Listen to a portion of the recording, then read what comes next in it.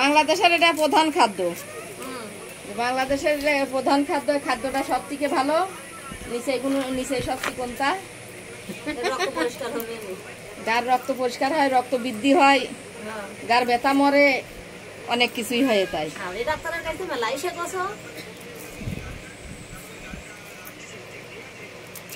আমরা বাংলাদেশের কি এক কোনায় বাস করি নাকি আমরা বাংলাদেশের মাঝামাঝি বাস করি? আল্লাহ মানুষের খাবার কত রকম সৃষ্টি করতেছে। সমস্যা হলে উঠে পড়তে পারো, বসে বসে পাতা ছাড়াইছে, ওটো আন্না কুটু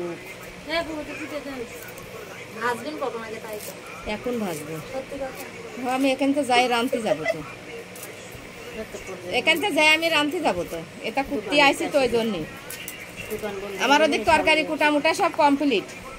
এমন সে এক গাদা পাতা আছে, সে পাতাগুলো ধোবো।